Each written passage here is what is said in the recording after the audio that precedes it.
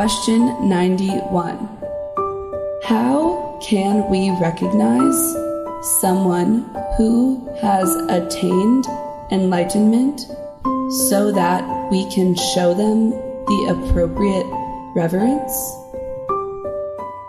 It is very difficult to know if someone has attained enlightenment because their outward appearance and behavior often seem quite ordinary. Unless we have achieved a certain level of enlightenment, it's unlikely that we can recognize someone at the same level. For example, a person who has achieved the first stage of sainthood, known as a sotapanna, may be especially hard to identify. Because they may exhibit virtuous and noble behavior, but there is nothing outwardly extraordinary about them. Only after spending considerable time with them might we begin to notice their deep-rooted virtue and naturally revere them more. People with great merit are often recognized easily because their blessings manifest in their appearance, wealth, power, or strength. Interestingly, an enlightened being might not always be someone with a lot of visible merit. Therefore, the safest approach is to respect everyone in this world, where saints and ordinary people coexist. This way, if we happen to encounter a saint, we will avoid the risk of losing merit by treating them with indifference or disrespect. Question 92.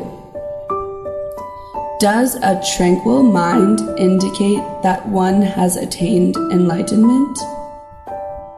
There are various levels of calmness in the mind, and not all types of calmness are the same.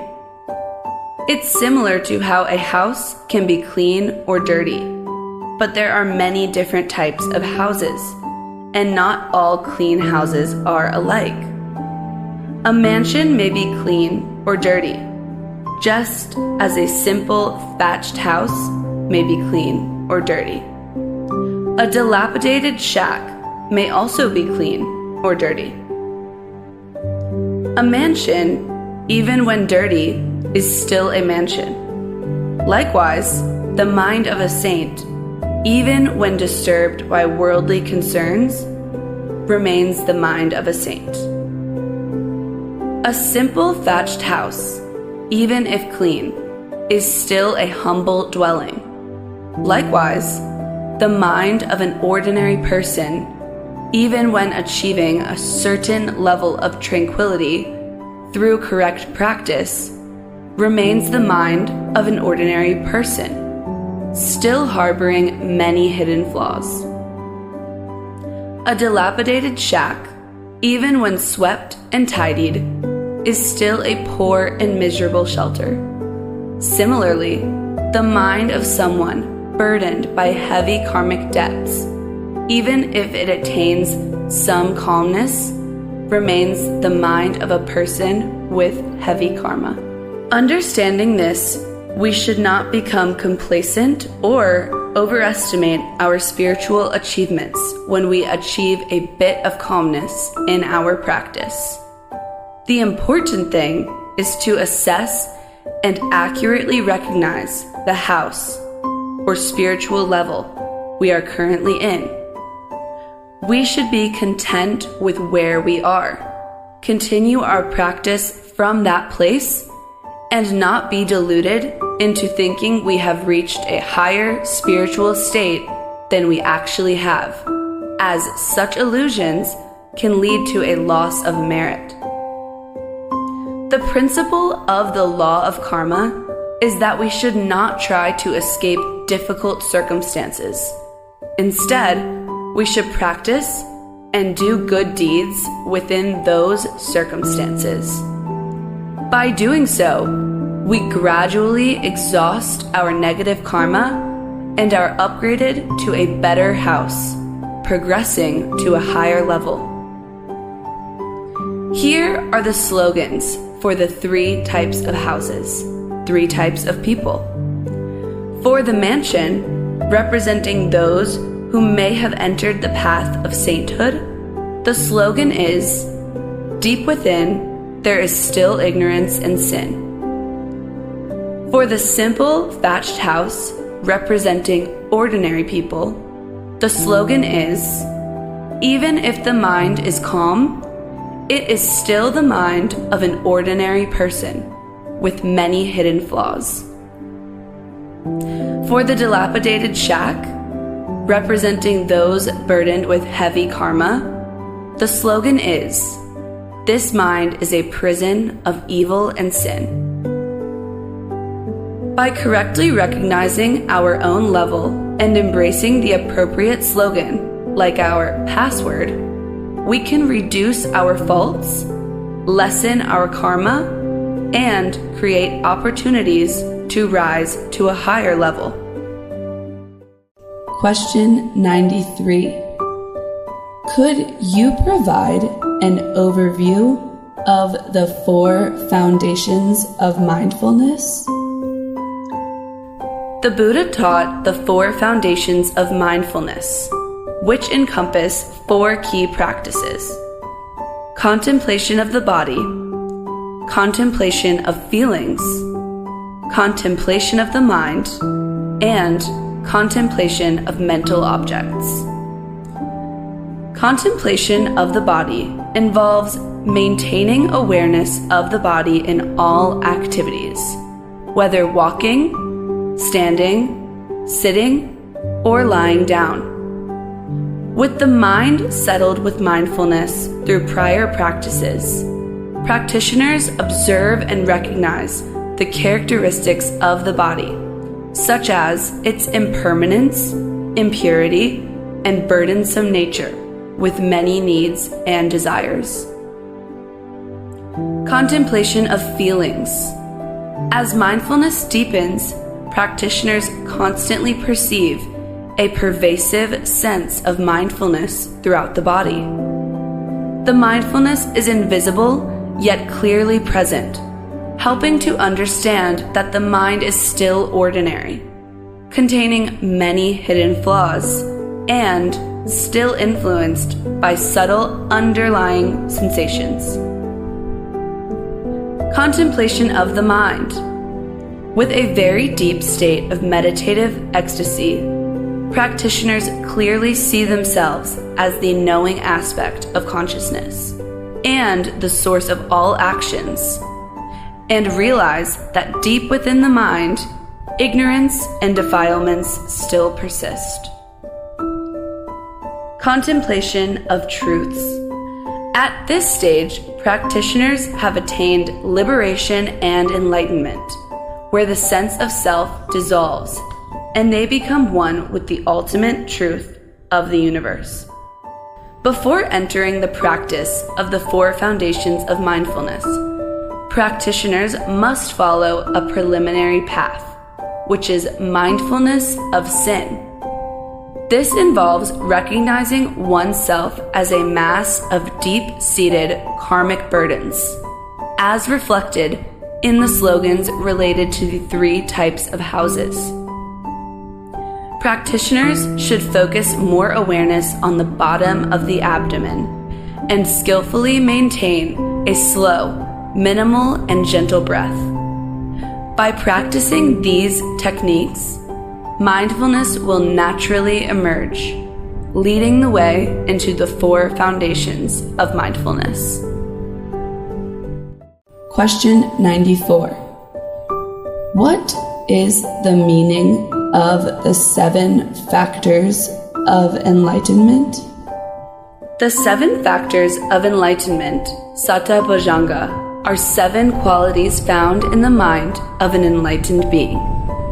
These include investigation of Dhamma, Dhamma Vicaya, the ability to clearly discern right from wrong without confusion, energy, Viraya, a strong and unwavering determination and effort, joy, Piti, a deep and abiding sense of happiness and fulfillment, tranquility, passaddhi, a calm and relaxed mind free from tension and stress. Mindfulness, sati, constant awareness and the ability to control the mind. Concentration, samadhi, the ability to enter deep states of meditative ecstasy easily. Equanimity, upekkha, a state of non-attachment, where nothing in the world can disturb or cling to the mind. The order of these factors may vary slightly between the two different Buddhist main traditions, Mahayana and Theravada. Question 95. What are the 12 links of dependent origination? The 12 links of dependent origination describe the process of samsara, the cycle of birth and rebirth, combining psychological and karmic factors in the following order. Number 1. Ignorance, avijja. This is the fundamental delusion or lack of understanding inherent in all sentient beings. This ignorance is the root cause of the entire chain of dependent origination. Number 2. Volitional formations, sankhara. These are the mental formations or activities driven by the ego.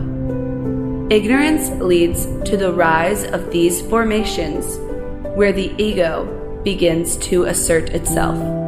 Number 3. Subconsciousness, vijnana. This refers to activities of the subconscious, also known as the vegetative nervous system. Due to the ego's emergence, the subconscious mind becomes active. This subconsciousness is the basis for the arising of mental and physical phenomena in an individual. Number 4. Name and form, nama-rupa. This refers to the activities of the conscious mind and the physical body. The subconscious mind's subtle activities lead to the manifestation of conscious thought and physical existence. Name refers to the mental components, and form refers to the physical body. Number 5. 6 sense bases, salayatana.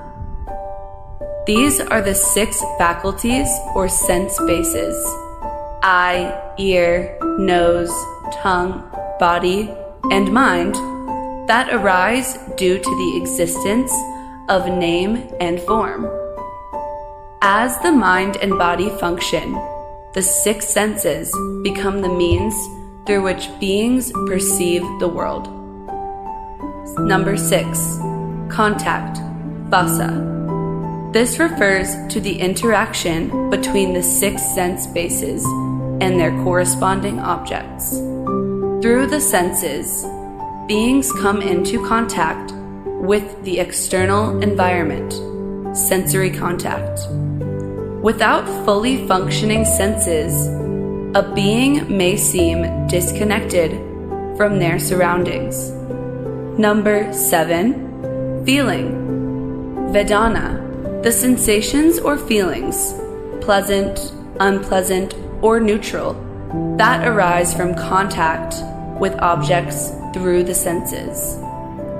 Due to interaction with the world, beings experience a variety of joys and sorrows, influenced by life's complex circumstances. Number 8. Craving, tanha. This is the emergence of desires and aversions that arise based on feelings. Driven by feelings of pleasure and sorrow, beings develop complex emotions, loving what brings joy and hating what causes suffering. Number 9, clinging, upadana. This refers to the actions that create karma. Driven by attachments and aversions, beings engage in various activities that generate complex, good and bad karma. Number 10, becoming, bhava. This is the formation of a future existence. The karma created through one's actions lays the groundwork for the conditions of future rebirths, essentially designing the blueprint for future lives. Number 11, birth, jati. This is the actual rebirth into a new life. Once the blueprint is formed, rebirth inevitably follows, leading to a new existence. Number 12, aging and death, jara marana. This encompasses the inevitable cycle of aging, illness, death, and all the suffering that accompanies existence, such as sorrow, lamentation, pain, and despair. A being born into this world naturally experiences aging, sickness, death, and all the associated suffering. To eliminate ignorance and cease the cycle of rebirth, one must diligently practice the Noble Eightfold Path. Question 96. What is the process for ordination to become a montastic in Buddhism? To become an ordained monk or nun in Buddhism, a lay person must meet the following requirements. The individual should have already studied Buddhist teachings, practiced diligently, and developed a strong commitment to the monastic life, to the extent that they no longer feel attached to worldly life. Their determination to ordain must be unwavering. The individual should seek and obtain the consent of their family, parents if unmarried, or spouse if married, before proceeding with ordination. The individual must select a master and a monastery where they intend to reside and practice for the rest of their life. The individual should approach the chosen monastery and formally request ordination. If accepted, they will likely be required to serve as a lay volunteer at the monastery for a period of time, during which their ethics and capabilities will be assessed. Necessary documents must be submitted to the monastery for reporting to local authorities. If the individual is found suitable, the monastery will conduct a solemn ordination ceremony where the individual's head will be shaved and they will don the monastic robes, formally leaving behind their lay status, marking the transition from lay person to monastic. The monastery will also submit the necessary documentation to the local government and religious organizations. After a period of monastic training, the master may allow the individual to take the novice vows, samanera samaneri, which consist of 10 precepts when a proper ordination event is organized by the religious community. If the candidate is a woman, she must undergo a period as a sikkamana, probationary nun, taking the intermediate sikkamana vows after completing the novice stage. A novice monk can continue to receive full ordination as a bhikshu with 250 precepts when the master deems the individual qualified and permits them to participate in a formal ordination ceremony. A fully ordained nun, bhikkhuni, observes 348 precepts. The newly ordained monk or nun are required to continue their studies in Buddhist doctrine as arranged by their master and the religious council. After 25 years as a bhikkhu, one may be conferred the title of Thera, senior monk, or Theri, senior nun. After 40 years as a bhikkhu, one may receive the title of Mahathera, great senior monk, or Mahatheri, great senior nun. Each Buddhist sect, council, or country may have variations in this process, including differences in monastic attires, specific rules, and other practices. However, these are administrative steps. Spiritual enlightenment is not bound by time, so it cannot be regulated by these milestones. For a disciple of the Buddha, the pursuit of enlightenment remains the ultimate goal. Question 97. In ancient times, society was simple, with few material possessions and technological devices. So, monks had fewer opportunity to interact with the world. Now, with the convenience of phones, computers, and transportation, it seems that monks are more connected with the secular world. Does this make it harder to maintain their moral discipline? The modern era of technology indeed presents new challenges for monks, requiring them to cultivate greater determination in their practice.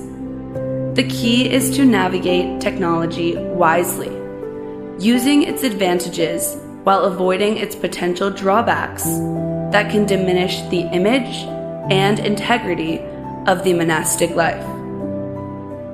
To maintain strict moral discipline, monks today need to engage in frequent and sincere repentance before the Buddha.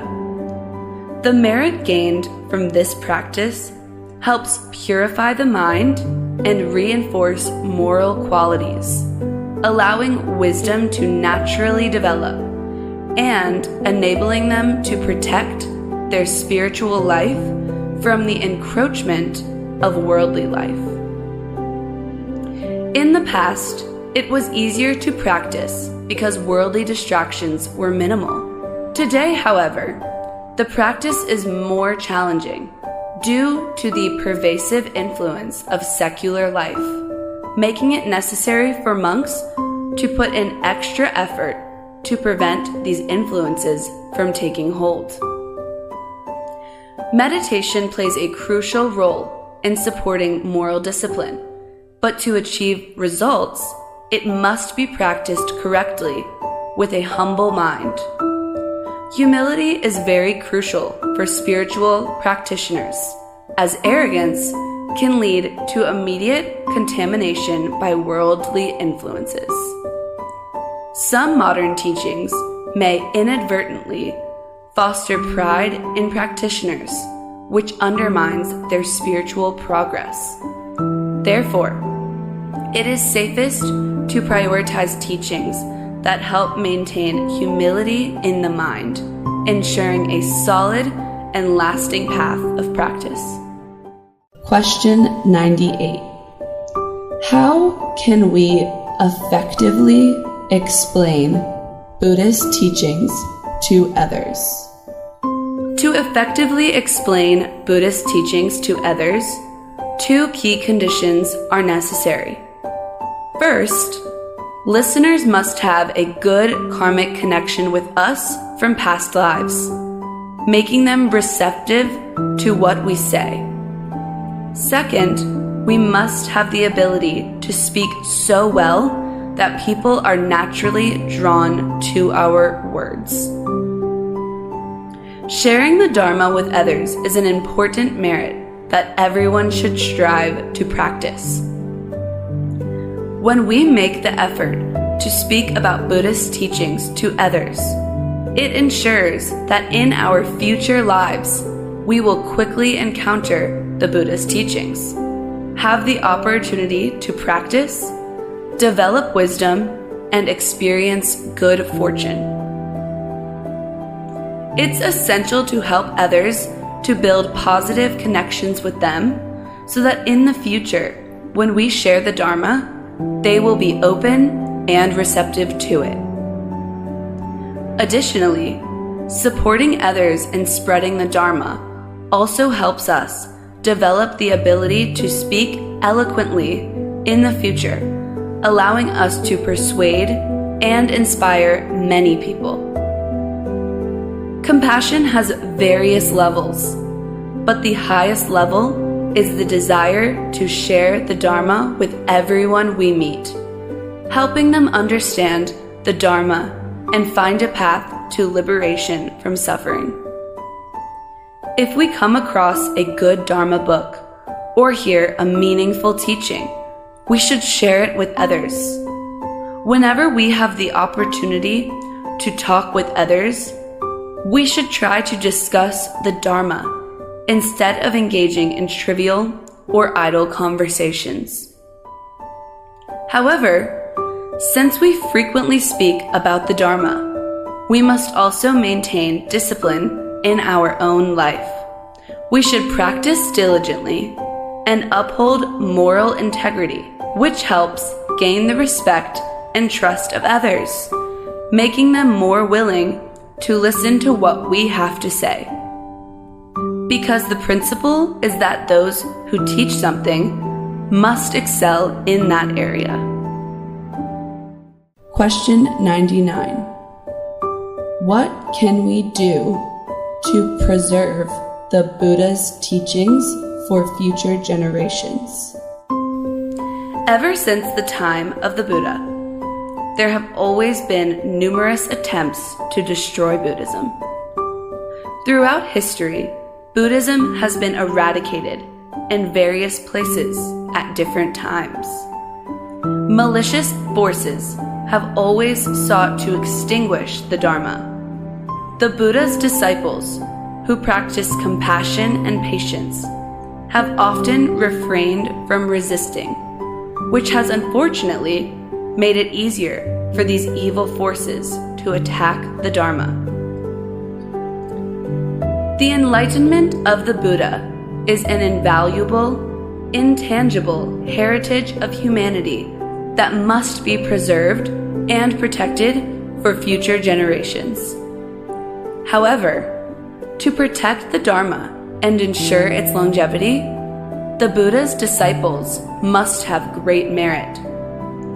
Some people mistakenly believe that following the precepts simply means refraining from harmful actions and nothing more, forgetting that actively performing good deeds to generate merit is also critical.